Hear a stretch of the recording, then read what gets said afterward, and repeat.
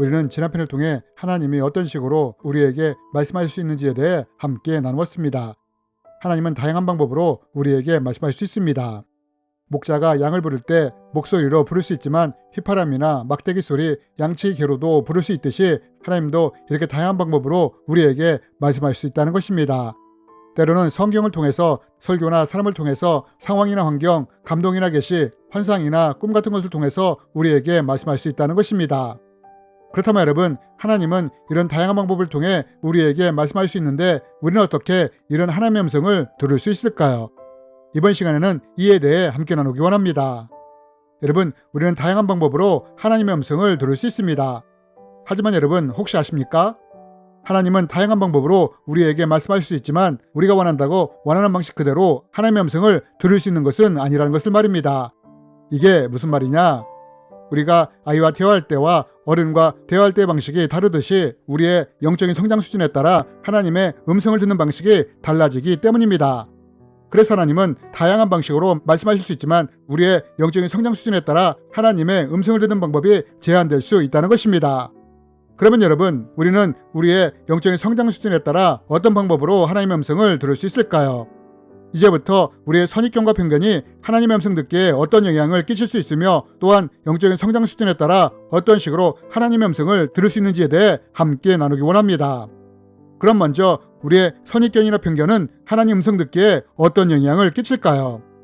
예전에 저는 환상이나 감동에 대해 무시했던 때가 있었습니다. 교회에서 그렇게 배웠기 때문입니다. 은사나 환상, 감동 같은 것은 초대교회 이후로 더 이상 나타나지 않는다고 배웠기 때문입니다. 그런데 이랬던 저에게 어떤 일이 일어나느냐? 성령의 강력한 임재를 체험하면서 방언을 하게 되었고 환상도 열리게 되었습니다. 또한 성령의 감동이 어떤 것인지도 알게 되었습니다. 이러면서 제가 무엇을 깨닫게 되었느냐? 우리가 하나님의 음성을 듣기 위해서는 먼저 열린 마음이 있어야 한다는 것을 알게 되었습니다. 제가 신앙생활을 처음 했던 교회는 기록된 성경 말씀 외에는 아무것도 인정하지 않던 교회였습니다. 여기서 저는 아무것도 체험한 것이 없었습니다. 하지만 성경에 기록된 말씀이 지금도 동일하게 일어날 수 있다고 믿었던 교회에 갔을 때는 어떤 일을 경험하게 되었느냐? 성경에 기록된 일들을 실제로 체험하게 되었다는 것입니다. 제가 이것을 통해 무엇을 깨달았느냐? 우리가 성경에 대해 어떤 태도와 믿음을 가지느냐가 신앙에 큰 영향을 끼친다는 것을 알게 되었습니다. 여러분, 우리는 이것을 성경을 통해서도 볼 수 있지 않습니까? 예수님이 나사렛 동네에 가셨을 때 고향 사람들이 예수님을 보고 뭐라고 했습니까? 예수님을 메시아로 인정한 것이 아니라 목수의 아들로, 즉 사람으로 보지 않았습니까?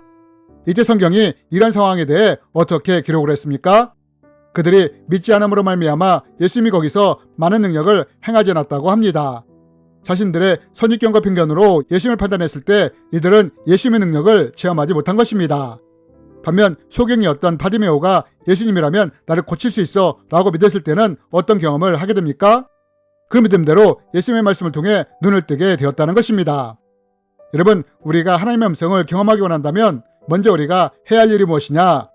그것은 목자가 양을 부를 때 목소리뿐만 아니라 휘파람이나 막대기 소리, 양치기를 통해서도 양을 부를 수 있듯이 하나님도 이렇듯 다양한 방법으로 우리에게 말씀하실 수 있다는 것을 인정하고 믿어야 한다는 것입니다.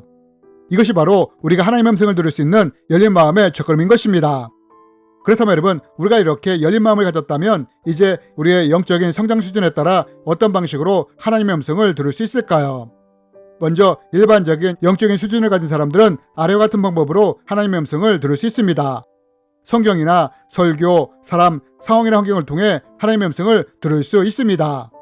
반면 영적으로 성장한 사람이라면 이런 방법뿐만 아니라 꿈이나 환상, 감동이나 계시와 같은 방법으로도 하나님의 음성을 들을 수 있게 됩니다. 그럼 여러분, 왜 일반적인 영적인 수준을 가진 사람과 영적으로 성장한 사람 사이에 이런 차이가 나게 되느냐?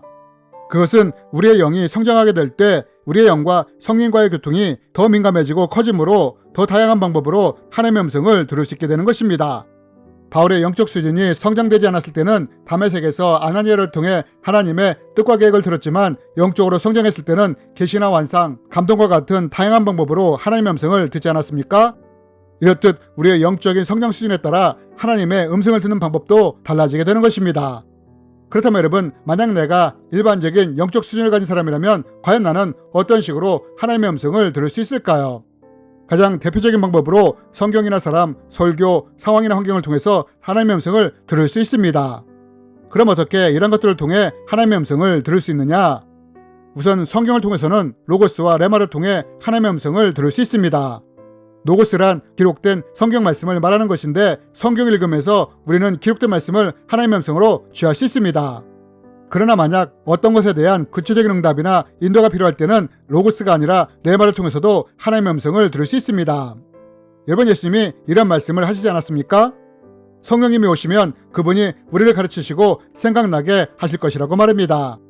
이렇게 성령님은 성경을 통해 가르치시고 생각나게 하심으로 레마를 통해 우리에게 말씀하실 수 있다는 것입니다.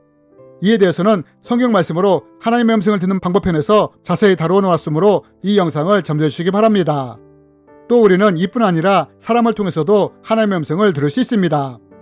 성경에 보면 바울이 다메섹에서 예수님을 만난 후 하나님이 이런 바울에게 하나님의 뜻과 계획을 어떻게 전하십니까?